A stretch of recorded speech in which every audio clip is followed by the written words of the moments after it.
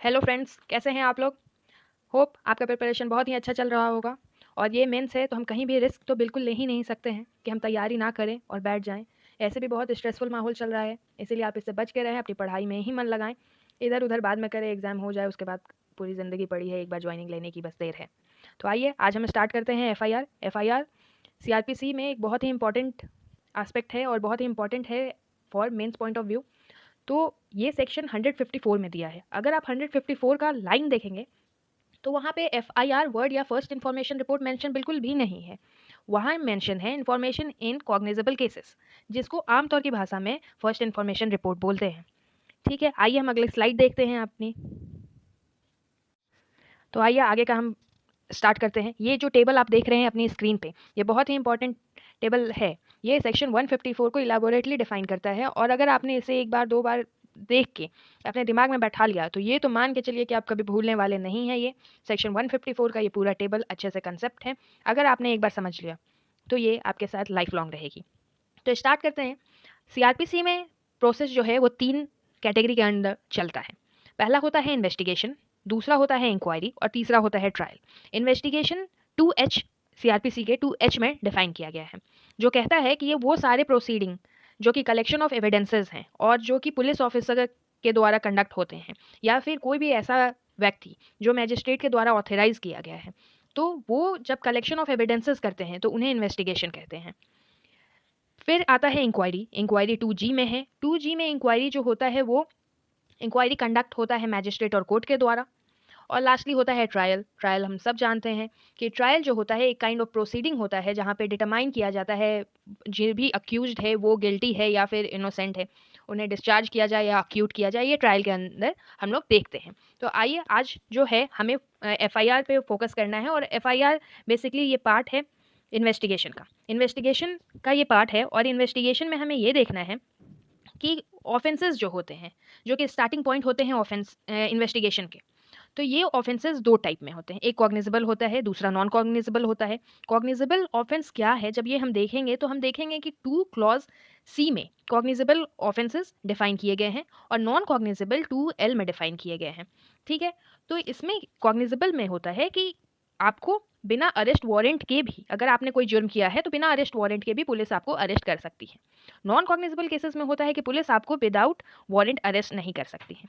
और ये cognizable cases कौन से हैं, नॉन कॉग्निजेबल केसेस कौन से हैं, वो देखने के लिए हम शेड्यूल 1 में देखते हैं कि कौन कौन से कॉग्निजेबल ऑफेंस है, कौन कौन से नॉन कॉग्निजेबल ऑफेंस है।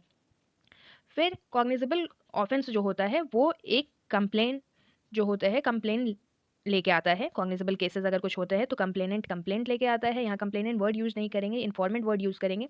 वहाँ कॉग्निजेबल केसेस का इन्फॉर्मेंट लेके आता है, जो कि रिटन भी हो सकता है या ओरल भी हो सकता है। रिटन अगर वो लाया है तो वो भी डायरी में लिखना पड़ेगा, और जो पुलिस स्टेशन में होता है, और अगर ओरल है तो उसे भी रिकॉर्ड करना चाहिए पुलिस ऑफिसर के द्वारा। जब ये चीज़ रिकॉर्ड हो जाती है तब इसे हम एफआईआर कहते हैं।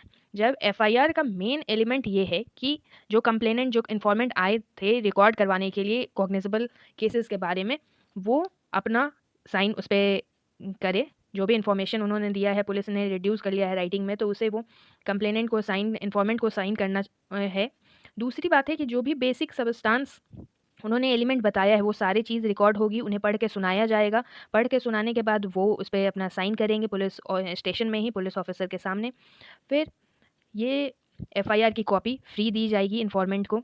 और जो इसमें एक्सेप्शन आप देखेंगे तो एक्सेप्शन में है कि अगर कोई वुमेन है जिस पे सेक्सुअली असॉल्ट का केस जिन्होंने कराने आई हैं, और ये सेक्सुअली असॉल्ट ऑफेंस का केस है, तो उस केस में वुमेन पुलिस ऑफिसर ही वो रिकॉर्ड करेंगी। अगर कहीं ऐसा है कि पुलिस ऑफिसर वुमेन है पर ये रिकॉर्ड कराने के लिए अपना एफआईआर वो पुलिस स्टेशन आने में असमर्थ हैं, तो वहाँ पे वुमेन पुलिस ऑफिसर और बाकी पुलिस ऑफिसर के साथ वो वहाँ पे घर पे जाके रिकॉर्ड करेगा उसका स्टेटमेंट, जो कि वीडियोग्राफ होगा। बट सम टाइम ये होता है कि पुलिस ऑफिसर मना कर देता है, उसे लगता है कि ये कॉग्निजेबल केस नहीं है, तो वो मना कर देगा रिकॉर्ड करने से। तो उस कंडीशन में ये होगा कि आप एक रिटर्न पोस्ट लिखें, रिटर्न स्टेटमेंट लिखें रिटर्न पोस्ट करके, और ये पोस्ट के द्वारा एसपी को भेज दिया जाता है। एसपी को ये जो भेजते हैं ये आप देखेंगे 154 क्लॉज 3 में दिया हुआ है। तो जब एसपी सेटिस्फाई होगा कि हाँ ये ऑफेंस जो है ये कॉग्निजेबल केस है, तो फिर वो डायरेक्ट करेगा इन्वेस्टिगेशन का टू द पुलिस ऑफिसर, और या तो वो खुद भी अपना एक्शन ले सकता है। अगर वो भी एक्शन नहीं ले तो फिर आप मैजिस्ट्रेट को कर सकते हैं। मैजिस्ट्रेट को आप रिटन कंप्लेंट दे सकते हैं। यहाँ पे इन्फॉर्मेंट कंप्लेनेंट बन जाता है और सेक्शन 190 के तहत आप इसे अपना रिकॉर्ड करवा सकते हैं कंप्लेंट। इसमें अगर कॉग्निजेंस नहीं लिया गया तो 156 क्लॉज 3 के मैजिस्ट्रेट डायरेक्ट कर देगा पुलिस ऑफिसर को टू टेक इन्वेस्टिगेशन। अगर कॉग्निजेंस लिया गया है तो आपको 200 के अंदर स्टेटमेंट कंप्लेनेंट का, विटनेस का रिकॉर्ड होगा और फिर फर्दर ट्रायल स्टार्ट होगा। यहाँ तक का ये पूरा जो है, अगर आप देखें तो ये फर्स्ट पार्ट हो जाता है, एसपी का सेकंड हो जाता है, मैजिस्ट्रेट हमारा तीसरा हो जाता है। वुमेन के बारे में है कि सेक्सुअल ऑफेंस हो तो ये वीडियोग्राफ होगा, ये सब एक्सेप्शंस में आ जाते हैं इसके। ये पूरा टेबल 154 का इंसिडेंट 154 का एक एक क्लॉज समझाता है, तो ये आपने बहुत अच्छे से अपने लर्न कर लेना है। तो ये टेबल तो थी basic information about the FIR जो कि 154 क्लॉज 3 में बताता है। अब हम देखेंगे उसके आगे कि फर्स्ट इन्फॉर्मेशन रिपोर्ट का बेसिक वर्ड टू वर्ड मतलब क्या है, इसका एसेंशियल क्या है और कहाँ कहाँ चीज़ें और भी क्वेश्चंस बनते हैं एफआईआर के अंडर।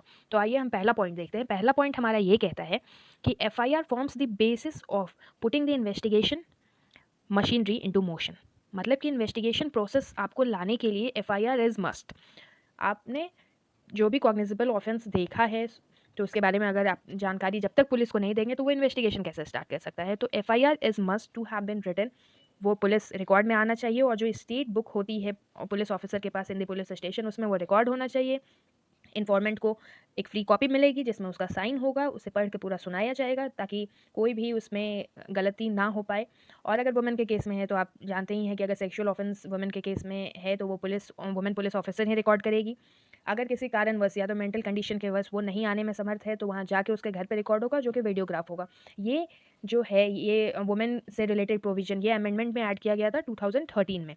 अगला पॉइंट हम देखते हैं तो ये कहता है 154 police Section 154 Police with the information relating to the commission of the cognizable cases. It is popularly called FIR. The term has not been, ये मैंने आपको पहले ही बता रखा था कि 154 के अंडर जो भी वर्ड यूज़ किए गए हैं ये कॉग्निजेबल केसेस से रिलेटेड, इसमें कहीं भी FIR वर्ड मेंशन नहीं है, ना ही FIR वर्ड कहीं भी CRPC में डिफाइंड है।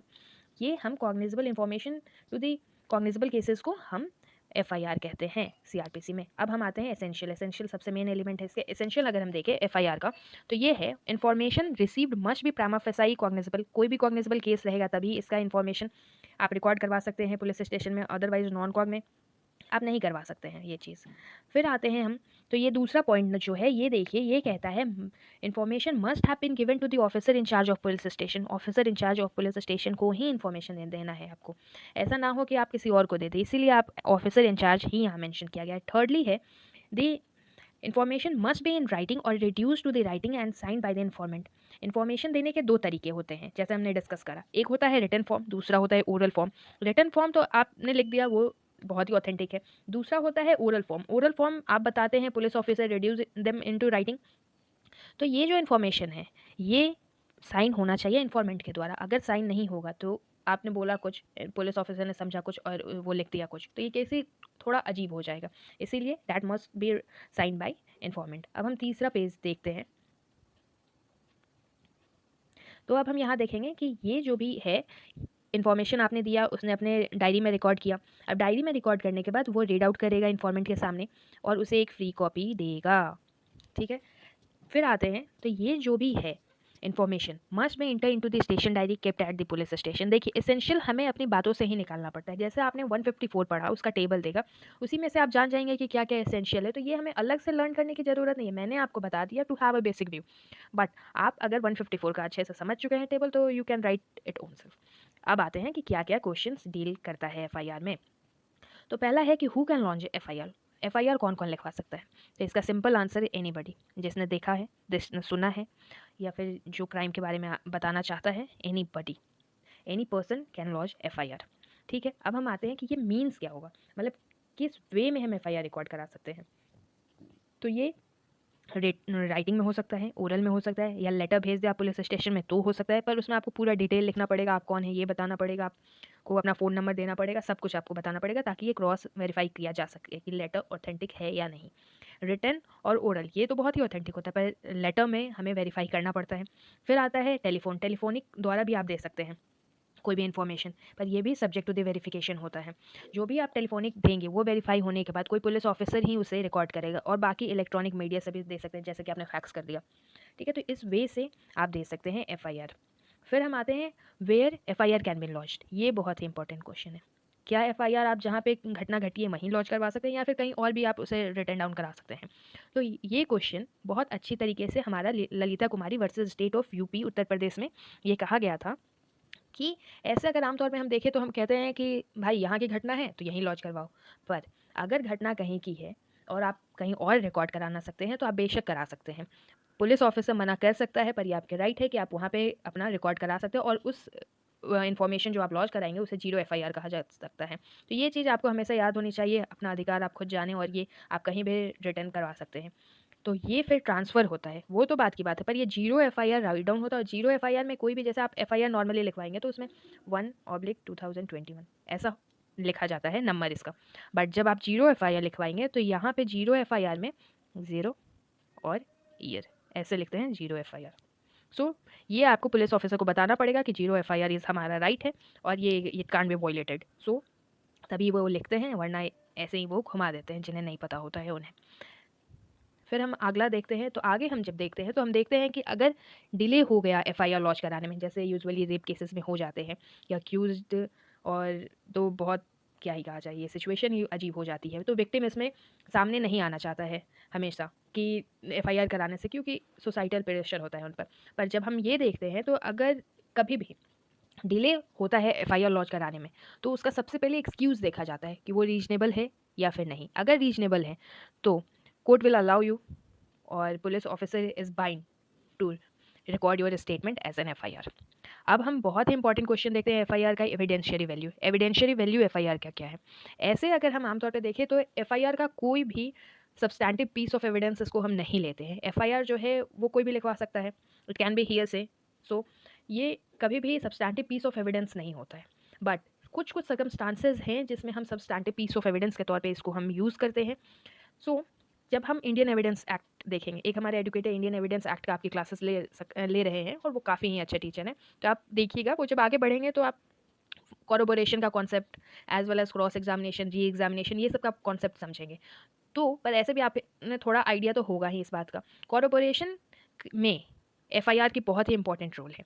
कोई भी एविडेंस कॉरोबोरेट होती है तो फिर वो एक दूसरे एविडेंस को एक बहुत ही अच्छा सब्सटैंटिव पीस ऑफ एविडेंस बना सकता है। सो ये कॉरोबोरेशन अंडर 157 में बहुत ही यूज़फुल हो जाता है एफआईआर।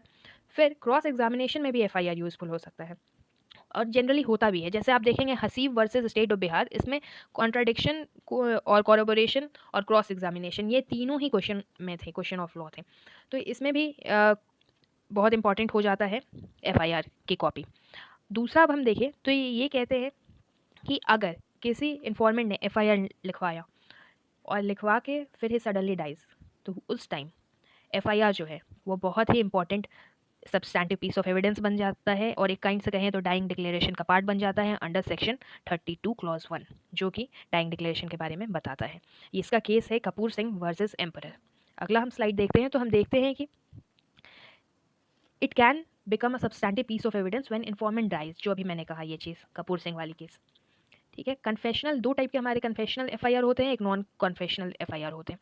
जब हम नॉन कन्फेशनल एफआईआर की बात करते हैं तो ये जब एक्यूज के द्वारा लॉन्च होता है तो it can be used against him to prove his admission in regard to certain facts under section 21। इसकी केस जो इसे सपोर्ट करती है वो Nazir Ali versus state of Bihar, sorry UP है। तीसरा अब हम जब देखते हैं तो ये कन्फेशनल एफआईआर के बारे में बताता है। कन्फेशनल एफआईआर जो खुद से कन्फेस है, जिसको खुद के अगेंस्ट में कहते हैं, वो होता है कन्फेशन हमारा। तो ये सेक्शन 27 जब मतलब कि जब कुछ डिस्कवरी ऑफ फैक्ट होता है, discovery of fact under section 27 होता है, तब ये सब्सटैंटिव पीस ऑफ एविडेंस बन जाता है। जैसे आप जानेंगे अग्नु नगेशिया केस, अग्नु नगेशिया बहुत ही फेमस केस है, Agnu Nagesia versus state of Bihar. इस केस में आप जानते होंगे कि उसने मर्डर किया, खुद आके उसने बताया कि मैंने इन लोगों का मर्डर कर दिया है, पर वो चीज़ वहाँ तक रेलिवेंट नहीं थी, क्योंकि confession to the police officer is not relevant जब तक मैजिस्ट्रेट साथ में कंपनी ना करे। तो यहाँ पे ये बनता है जब इसने बोला कि मैंने मारा था और वहाँ पे वो चीज़ एविडेंस है मेरी, और जब पुलिस ऑफिसर वहाँ गया और डिस्कवरी ऑफ फैक्ट हुआ कि ओह यहाँ पे इन्होंने ये अपना हथियार रखा हुआ है, then it become substantive piece of evidence और दैट इज़ एडमिसिबल। ये हमें सभी को पता है। तो ये चीज़ अग्नो नगेशिया में बहुत इंपॉर्टेंट था। तो आप ध्यान रखिए कि आपको क्या क्या चीज़ें लिखनी है एविडेंसरी वैल्यू में। पहला, एविडेंस का कॉन्सेप्ट है इसमें। एविडेंस के कॉन्सेप्ट में सेक्शन 157 जो कि कोलैबोरेशन के बारे में बात करता है, सेक्शन 154 जो क्रॉस एग्जामिनेशन के बारे में बात करता है, तीसरा है डाइंग डिक्लेरेशन 32 क्लॉज 1, माफ़ कीजिएगा। फिर आते हैं, चौथा है हमारा सेक्शन 21 नॉन कॉन्फेशनल एफआईआर। फिर पांचवा है section 27 led to the discovery of fact वाली केस। ठीक है, यही हमारा कॉन्सेप्ट है टोटल एफआईआर के बारे में। और आपको कुछ और भी जानना हो तो आप कमेंट करें, हमें बताएं, हम आपकी पूरी हेल्प करने की कोशिश करेंगे और हम कर भी रहे हैं अपने स्तर पे। पर अगर कुछ इंप्रूवमेंट आपको लगता है कि ये चीज़ मिसिंग है तो you should comment and we will definitely answer you back. Till then अभी हम विश्राम लेते हैं, आप इसे रिवाइज करें और फिर हम दूसरा वीडियो अपलोड करेंगे जल्द ही। Till then thanks, thank you everyone, good luck, preparation जारी रखिए बहुत ही बोल्ड तरीके से, we can't take risk. Thank you.